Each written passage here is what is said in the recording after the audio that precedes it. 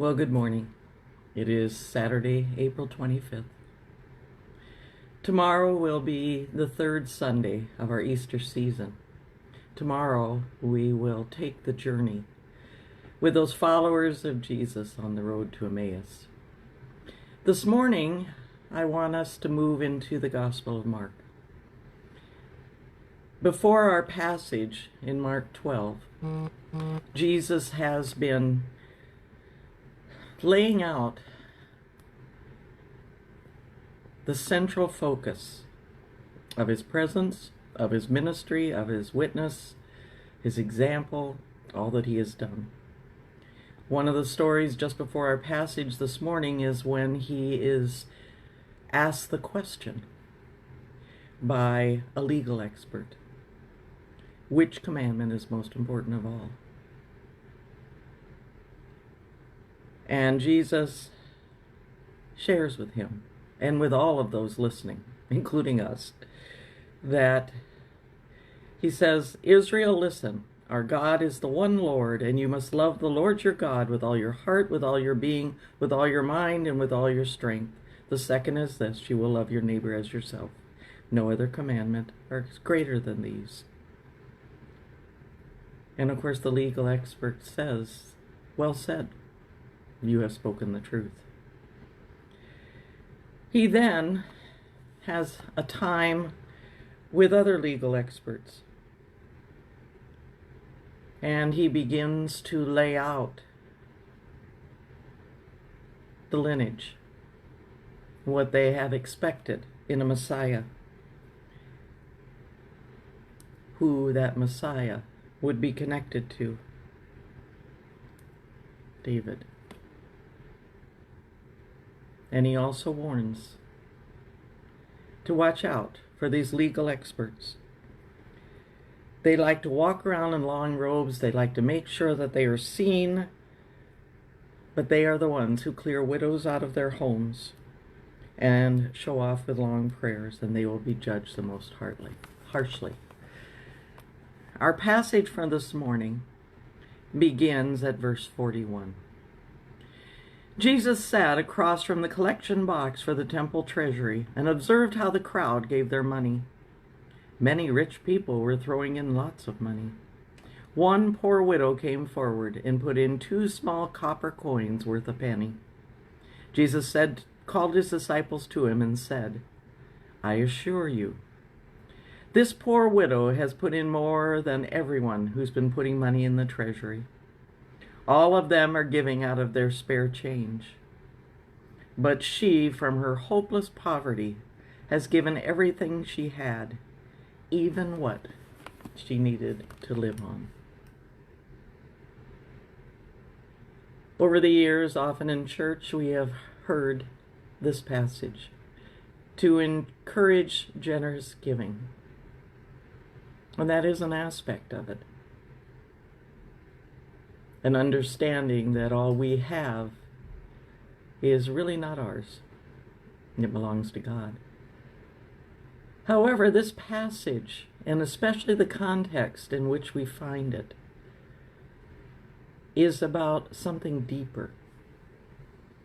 Not just a visual of money given, but about the soul, the spirit's focus on love and generosity. We have seen many examples recently of that generosity. I want to lift up 2 of them. One was shared by Andrew Cuomo in New York, a Kansas farmer, retired, his wife ill, wanted to do something, and he sent a mask, an N95 mask. Andrew Cuomo was deeply touched, and so were we, because not only did he give the mask, but he wrote a letter to go with it. Now, to some people, they might have scoffed it, thinking Oh, we need so many more masks. We need, and on, and all the factories that are trying to do everything they can to produce enough to keep our health workers, our first responders safe as they are on the front line. Andrew Cuomo understood the deeper lesson, the same lesson that Jesus is teaching today, that it was out of a generosity of spirit, not out of lots of resources, that this farmer felt he could do this one thing. And it is the accumulation of those one things that are making a difference today. The other story is about someone who is wealthy, well heeled, as some people would say, very prominent, an actor. An actor who received a letter from a little boy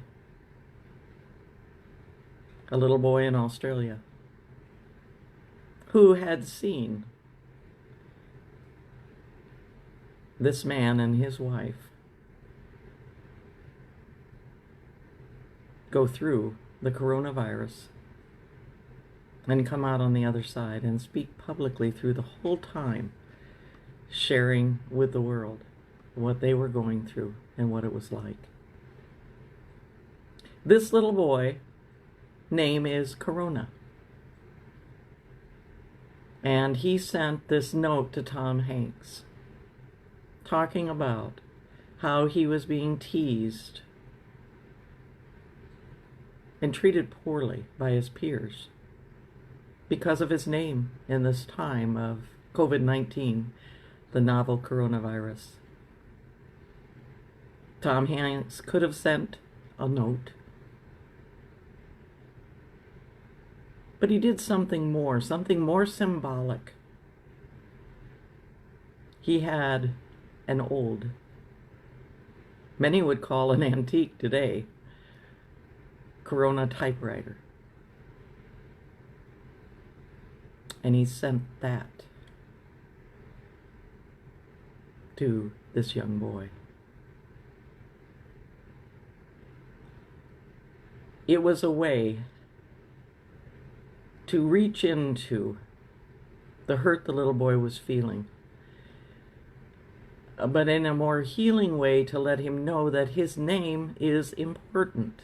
It's not a disease. Actually, it took me back a little bit because one of my first typewriters was a Corona. Tom Hanks has plenty of money. He's very prominent and has brought many of us moments of joy, times of tears.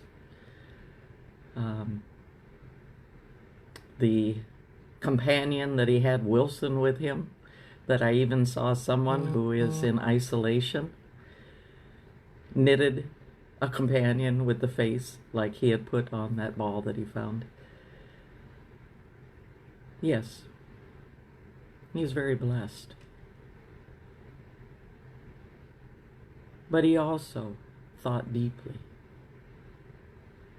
deep in his spirit, in what could make a difference to this little boy. Someone could have just written a letter. Oh, what an amazing thing to get a letter from Tom Hanks. But he went one step further. That's generosity of spirit. What could be significant to this little boy to know that the name he was given, long before any disease like this had appeared in our country and in their country, let him know that not only did his pain matter, not only did what was going on in his life matter to someone who seemed so important, but that his name had significance. The story of the widow's mite is about that. And the context matters. It's not just about money. When we do have financial resources, there are a lot of things we can do to help others. I'm not always sure even as a country we do all that we can. But it is about something much more profound and much deeper. Just before this, Jesus taught, in the answer to a question, what the two most important things to remember are about loving God and loving your neighbor. He then went on to teach before he was in the temple. He went on to teach that there are those who do things so others see. There are those who give out of spare change, is what comes out in the widow's mite story. I would say what he is referring to is poorness of spirit.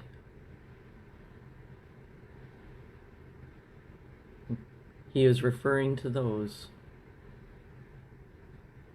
who are in it for show and who have very little depth of compassionate love and spirit to give to others.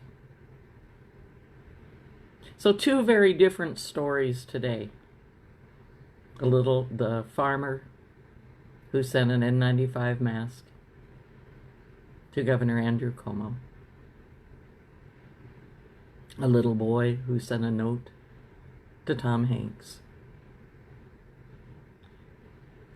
Each of the responses showed generosity of spirit. Not giving out of resources, but giving because your heart had been touched by someone else's story. And when we open ourselves up to love as Jesus loved, not just the people we know, but people we might never meet, when we open up that way, that is the generosity of spirit to which Jesus is speaking. We also know in the midst of our uncertainties that for many of us, it is just uncomfortable in this time of social distancing, in this time of so much shutdown. But we also know for many people it is much worse than that. They do not have secure access to food. Many people are not sure whether they will be able to maintain their housing. Sometimes there are people who are locked in with their abuser because of social distancing and no way to get away. We also know that as this pandemic spreads in the world, there are countries that for hundreds of miles don't even have a hospital, much less an ER, much less an ICU, much less a ventilator. The call of Jesus is to love compassionately and to do whatever we can, whenever we can, in whatever way we can. May God help you to find the way as you live in your own circumstances. Much of those circumstances, of course, I'm not even aware of. To understand that we are called to a generosity of spirit. A generosity of spirit does not hoard, does not say me first, takes care of basic needs for ourselves, and then says, what more can I do to help someone else for whom those basic needs are not being met? I think for each of us, it'll be a different answer.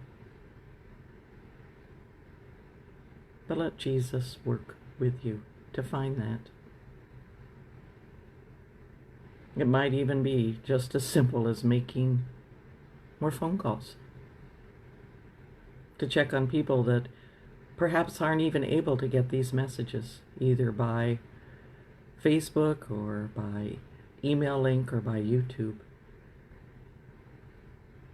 To reach out in generosity of spirit beyond what we ourselves are dealing with, to enter into their lives and say, is there anything I can do for you?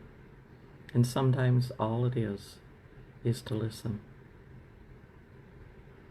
When we open our spirits, when we allow Jesus to work within, when we take these stories not as guilting us, but as inviting us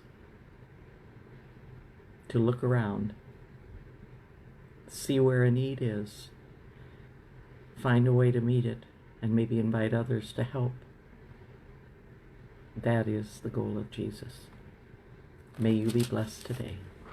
Amen.